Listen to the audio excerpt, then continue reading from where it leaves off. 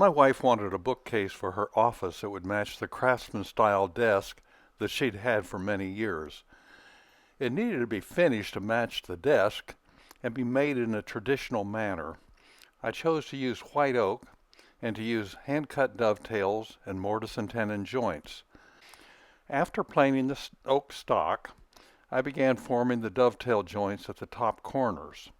I used a marking gauge to scribe lines marking the depth of the cuts, setting the marking gauge to just a bit thicker than the stock. Then I laid out the locations for the dovetails with the sides clamped together in the vise. I used a small square and pencil to mark their locations. I set the sliding T bevel to a 1:8 ratio, an approximate 7-degree angle. Then I used the sliding T bevel to mark for the dovetails to be cut. I used a Dozuki saw to cut the tails and then used a chisel to remove the waste between. Due to the length of the bookcase, I clamped the sides to the top to allow marking the pins. I clamped short boards to the sides along the insides of the dovetails to hold the top in position as I marked the pins on the end of the stock. After marking the pins, I used a Dozuki saw to cut them and used a plunge router to begin removing stock from between them. The fence keeps the router in alignment with the marking gauge line, leaving a bit of chisel work to finish forming the pins. I used a chisel and mallet to finish fitting the pins to fit between the tails, and then did a trowel fitting of parts to make certain they would go together when ready to assemble.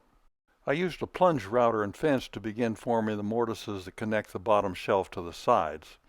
After routing, I squared the edges of the mortises to fit square-edged tenons and routed across the inside for the bottom shelf to rest in a groove. I used the plunge router and fence to begin forming the tenons at the ends of the bottom shelf, first routing the space between, and then routing the tenons to thickness to match the size of the mortises. With that complete, I used the Dozuki saw to cut the tenons to width. To support the shelves at the center, I added mortises at the top and bottom and formed tenons at the ends of vertical center supports. I added a molding at the base as shown in these photos and used the plunge router to cut grooves in the sides, top, and bottom for a 1/4-inch veneered plywood back to fit. Then I drilled holes for shelf supports. I used a drill press and a 1/4-inch drill bit. With a lot of sanding and a lot of extra detail work, I was ready to begin assembly.